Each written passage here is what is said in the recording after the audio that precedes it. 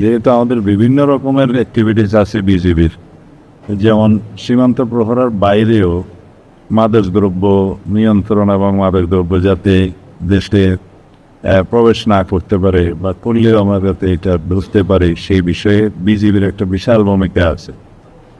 তাছাড়া আমাদের বিজিবির যে ডগ স্কোয়াড আছে সেটাকে কীভাবে আমরা কাজে লাগাতে পারি, আজকেই আমরা সিদ্ধান্ত নিয়েছি যে মাদকদ্রব্য নিয়ন্ত্রণের যে আইনটা আমরা পাশ করেছি, খুব আধুনিক এবং শক্তিশালী আইন, সেখানে ডগ স্কোয়াডের আমরা বিধান রেখেছি। কিন্তু ডগ স্কোয়াড তো রাতারাতি রেজিস্ট করা যায় না, প্রশিক্ষণ করা যায় না। তার আগ পর্যন্ত আমরা বিজেপির কাছ থেকে সেই সহায়তা নেব, সেই সিদ্ধান্তটা আমরা আজকে নিয়েছি।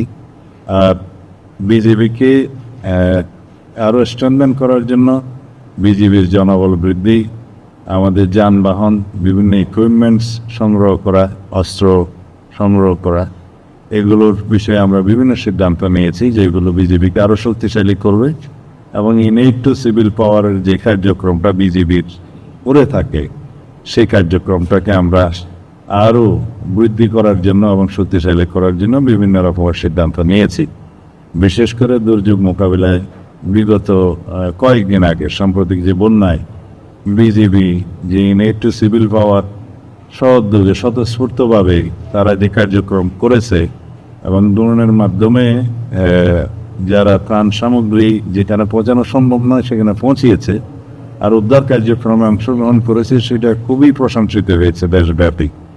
এইরকম অন্যান্য সমস্ত কার্যক্রমে বিজেপি সীমান্ত প্রহরার বাইরেও যে কার্যক্রমগুলো করে থাকে সেগুলো যাতে আরও বাড়ানো যায় এবং জনসম্পৃক্ত অন্যান্য কার্যক্রমের মাধ্যমে আমরা যাতে বিজেপিকে আরও বেশি শক্তিশালী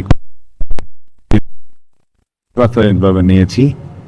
আর যেখানে যেখানে আর্থিক সংশ্লেষ আছে উন্নয়নের জন্য বিজেপির যেটা অফিসিয়াল ক্যাপাসিটি বাড়ানোর জন্য, প্রশাসনিক ভবন নির্মাণের জন্য, আর স্বাস্থ্যসেবার দিকে হাসপাতালের শক্তি বৃদ্ধির জন্য এবং চিকিৎসক নিয়োগের ক্ষেত্রে, নার্সেস নিয়োগের ক্ষেত্রে বিভিন্ন বিষয়ে আজকে আমরা জানতে পেরেছি। যেগুলো সরকারের বিভিন্ন পর্যায়ে পেন্ডিং আছে, বিভিন্ন মন্ত্রণালয়ে, স্বাস্থ্য মন্ত্রণালয়ে, রক্ত মন্ত্রণালয়ে, সেগুলো আমরা পার্সু করে দ্রুততার সাথে এগুলো নিষ্পত্তি করবো বলে আজকে আমরা অনেক বিষয়ে সিদ্ধান্ত নিতে পেরেছি। ধন্যবাদ আপনাদেরকে। বিপিসি বাংলা, সংবাদের আস্থা।